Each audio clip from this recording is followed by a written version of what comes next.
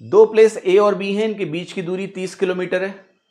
एक बोट है वो ए से बी जाती है डाउन स्ट्रीम और बी से ए आती है अप स्ट्रीम। ये जो पूरी जर्नी है वो 9 घंटे लगाती है। अगर स्पीड करंट की 5/2 यानी 2.5 किलोमीटर पर आवर है तो बताना है बोट की स्पीड स्टिल वाटर में क्या होती है। हमेशा ध्यान रखो ऐसे सवालों में कि मान लिया एक आप गए और आप आए, ठीक है, सेम दूरी आप गए और सेम दूरी आप आए हो, तो जाहिर सी बात है एक साइड अपस्ट्रीम होगा और एक साइड डाउन स्ट्रीम होगा। अगर बोट्स एंड स्ट्रीम का मामला है तो आप कहोगे यस सर ये तो बिल्कुल क्लियर है, कोई भी एक साइड अपस्ट्रीम कोई भी एक साइड डाउन स्ट्रीम होना ही होना है। ठीक है, अब जरा एक बात बताओ, अगर ऐसा केस और मान लो दूरी डी है तो आपको क्या बताने जा रहा हूं उसको बहुत ध्यान से सुन लेना। ठीक है, इसका एक फॉर्मूला होता है कि अगर आने और जाने में टी टाइम लिया गया टोटल, अगर टोटल टाइम टी है आने और जाने में और टोटल टाइम के बजाय अगर टाइम डिफरेंस आने और जाने का टाइम डिफरेंस, टोटल टाइम का मतलब हो गया time of upstream plus time of downstream. ठीक, यहां पर होगा time of upstream minus time of downstream. इसका मतलब ये है सेम डिस्टेंस गए सेम डिस्टेंस आए। तो यहां दो फॉर्मूले होते हैं, वो दोनों फॉर्मूले में लिख देता हूं। एक फॉर्मूला होता है 2dB is equal to B square minus S square into T, और एक होता है 2ds is equal to B square minus S square into T. ये बहुत ही यूजफुल फॉर्मूले इसलिए हैं बेटा क्योंकि एग्जाम में कई बार क्या होता है ना, ऑप्शन चेकिंग कॉम्प्लेक्स हो जाती है अगर वैल्यूज कॉम्प्लेक्स है और एक बार में आंसर हिट होता नहीं है, आंसर आपका एक बार में हिट नहीं होता है। So what is very very very important in such questions is that कि you can just use this and solve your part. तो आप इस तरह से इसको यूज कर सकते हो। और भी बहुत सारे जनरलाइजेशन होते हैं, आप सीधे वैल्यू को लिख के भी सॉल्व कर सकते हो, उससे भी कोई दिक्कत नहीं है। तो there are multiple ways to do the question but these formulas are really helpful.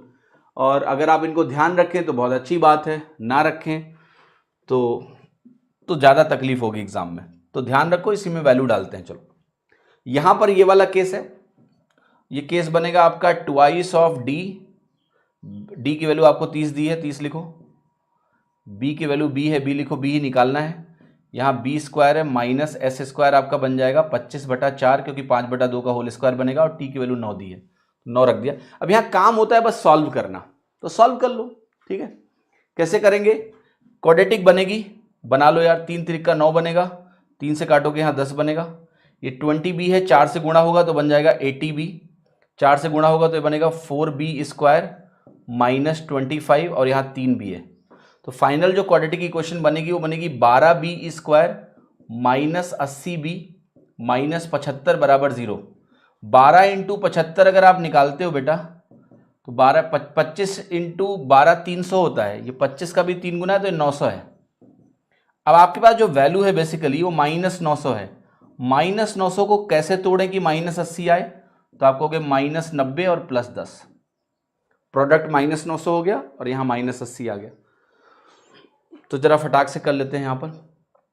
तो आप ये कहोगे अगर ये वैल्यू -90 और +10 है तो b की वैल्यू कैसे लिखते हैं? ये तो रिजेक्ट हो जाएगा, क्यों होगा अभी दिखाता हूं। इस -90 के आगे एक और माइनस लगाओ और 12 से डिवाइड कर दो। इस 10 के आगे एक और -10 लगाओ और b स्क्वायर के कोफिशिएंट से डिवाइड कर दो। बोर्ड की स्पीड नेगेटिव नहीं हो सकती तो काट दो। ये आपका आंसर हो गया 12 7 84 7.5 kmph। तो देखो मैं ये नहीं कर रहा हूं कि ये सवाल ऑप्शन चेकिंग से नहीं हो सकता। अगर आप इक्वेशन लिखें कि d upon upstream plus d upon downstream is equal to time 9 और फिर मैच करें कि कहां पर 9 बनेगा, उससे भी उत्तर आ सकता है। मतलब ऐसा नहीं कि आंसर नहीं आ सकता। अगर आप 30 अपॉन b प्लस 2.5 लिखें प्लस 30 अपॉन b माइनस 2.5 लिखें तो ये वैल्यू 9 जो है आ सकती है। ऑप्शन रख के देखोगे आसानी से पता लग जाएगा कौन सा करेक्ट है, क्योंकि यहां कॉम्प्लेक्सिटी नहीं है। तो ऑप्शन चेक करके भी ये सवाल हो जाता है, लेकिन कई ऐसे सवाल होते हैं जहां पर ऑप्शन चेक करना कॉम्प्लेक्स होता है, टाइम टेकिंग होता है, वहां पर एटलीस्ट जो ये फॉर्मूला का अप्रोच है, right, that gives you answer pretty faster. एक चीज और देखना, जैसे इसी सवाल में अगर तुम्हें एस निकालना होता और बी दिया होता तो कितना आसान होता। क्वाड्रेटिक बना के नहीं सॉल्व करना पड़ता आपको। अगर आपको एस निकालना होता और बी दिया होता तो इधर बी रख देते, डी रख देते, वैल्यू आ जाती।